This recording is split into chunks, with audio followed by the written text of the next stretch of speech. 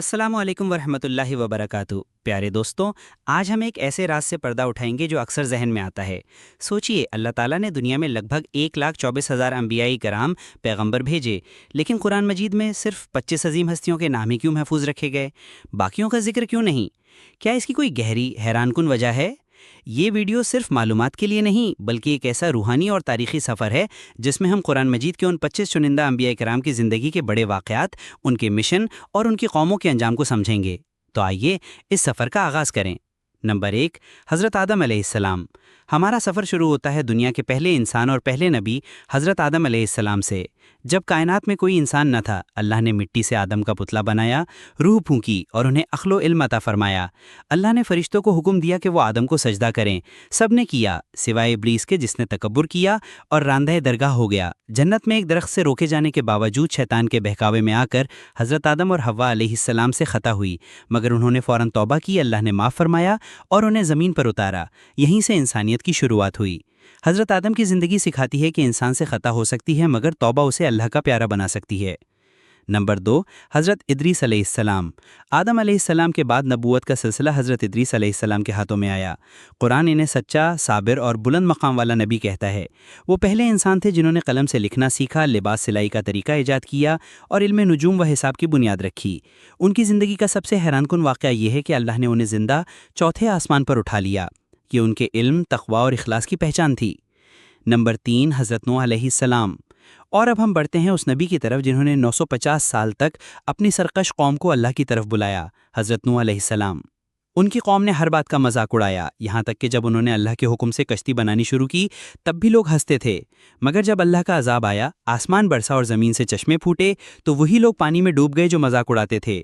صرف ایمان والے کشتی میں سوار ہو کر بچے۔ یہ ہمیں سکھاتا ہے کہ جب وقت کی لہریں بغاوت پر چڑھ دوڑیں تو نجات صرف ایمان کے تختے پر ہی ملتی ہے۔ نمبر 4، حضرت ہود علیہ السلام۔ نوح علیہ السلام کے بعد قوم عاد نے اپنی طاقت اور عمارتوں پر غرور کیا۔ ان کے پاس اللہ نے بھیجا حضرت ہود علیہ السلام کو۔ انہوں نے سمجھایا کہ یہ طاقت فانی ہے، اللہ کی بندگی کرو۔ مگر قوم نے کہا کہ ہم سے زیادہ طاقتور کون ہے؟ پھر ایک خوفناک مسلسل آندھی آئی جس نے ان کے اونچے محلات اور مضبوط جسموں کو ریت میں ملا دیا۔ نمبر 5، حضرت صالح علیہ السلام۔ قوم سمود نے پہاڑوں کو تراش کر گھر بنائے اور خود کو سب سے مہذب سمجھا۔ حضرت صالح علیہ السلام نے انہیں بلایا تو انہوں نے مذاق اڑایا اور نشانی کے طور پر پہاڑ سے ایک اونٹنی نکالنے کا چیلنج کیا۔ اللہ نے اونٹنی نکالی، مگر قوم نے اسے قتل کر دیا۔ پھر زمین کانپ اٹھی اور ایک خوفناک چیخ نے ان کے سارے غرور کو تباہ کر دیا۔ نمبر 6، حضرت شعیب علیہ السلام۔ مدین کی قوم بازاروں میں بسی تھی جہاں ناپ تول میں کمی، دھوکے بازی اور مال کی محبت نے دلوں کو اندھا کر دیا تھا۔ حضرت شعیب علیہ السلام کو اللہ نے بھیجا جو خطیب الانبیاء کہلاتے تھے۔ انہوں نے ایمانداری، عدل اور اللہ سے ڈرنے کی دعوت دی، مگر قوم نے انہیں شہر سے نکالنے کی دھمکی دی۔ پھر ایک ہولناک زلزلہ آیا جس نے پوری بستی کو زمین میں برابر کر دیا۔ دیانتداری ایمان کا حصہ ہے، اور جب قوم خیانت کرتی ہے تو اللہ کا میزان اسے سیدھا کر دیتا ہے۔ نمبر 7، حضرت لوط علیہ السلام۔ یہ قافلہ اب ان بستیوں کی طرف تھا جہاں گناہ نے سرعام چادر اوڑھ لی تھی، قوم صدم۔ انہوں نے مردوں کے ساتھ بدعفلی کا نیا گناہ ایجاد کیا۔ حضرت لوط علیہ السلام نے انہیں سمجھایا، مگر قوم نے انہیں شہر سے نکالنے کی دھمکی دی۔ پھر فرشتے آئے، حضرت لوط اور ایمان والوں کو راتوں رات نکالا، اور صبح ہوتے ہی آسمان سے پتھروں کی بارش برسی جس نے پوری قوم کو نیست و نابود کر دیا اور بستیاں الٹ دی گئیں۔ گناہ کو جب قانون بنا لیا جائے تو اللہ کا انصاف دیر نہیں کرتا۔ نمبر 8، حضرت ابراہیم علیہ السلام۔ اور اب اس نبی کی طرف جنہیں خلیل اللہ یعنی اللہ کا دوست کہا گیا۔ حضرت ابراہیم علیہ السلام نے بتوں کو توڑا، آگ میں ڈالے گئے مگر ایمان نہ ڈگمگایا۔ اللہ نے ان سے اپنے بیٹے اسماعیل کو قربان کرنے کی عظیم آزمائش لی جس میں وہ سرخرو ہوئے۔ ان کی دعا کے نتیجے میں ہی آخری نبی آئے۔ نمبر 9، حضرت اسماعیل علیہ السلام۔ حضرت ابراہیم کے بڑے بیٹے جنہیں اللہ کے حکم پر بے آب و گیا وادی مکہ میں چھوڑا گیا جہاں زمزم کا چشمہ پھوٹا، وہ اللہ کے حکم پر ذبح ہونے کو تیار تھے۔ بعد میں انہوں نے اپنے والد کے ساتھ مل کر کعبہ کی بنیادیں اٹھائیں۔ نمبر 10، حضرت اسحاق علیہ السلام۔ حضرت ابراہیم اور سارہ علیہ السلام کے بڑھاپے میں معجزاتی بیٹے جن سے نبوت کا دوسرا بڑا سلسلہ جاری ہوا۔ ان کی نسل سے کئی انبیاء پیدا ہوئے جن میں ان کے بیٹے حضرت یعقوب علیہ السلام بھی شامل تھے۔ نمبر 11، حضرت یعقوب علیہ السلام۔ حضرت اسحاق کے بیٹے جنہیں اللہ نے اسرائیل کا لقب دیا، ان کی زندگی کا سب سے بڑا امتحان اپنے لاڈلے بیٹے حضرت یوسف علیہ السلام کے غائب ہونے پر آیا۔ انہوں نے سالوں تک صبر کیا، آنکھوں کی بینائی کھو دی، مگر زبان پر شکوہ نہیں آیا۔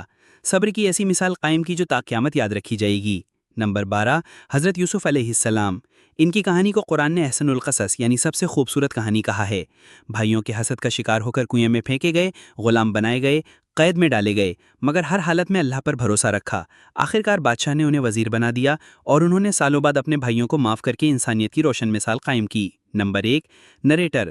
ان کے بعد حضرت ایوب علیہ السلام آئے، جنہوں نے سخت بیماریوں میں بھی صبر کا دامن نہ چھوڑا۔ حضرت ذوالکفل علیہ السلام جو صابر اور نیک بندوں میں سے تھے۔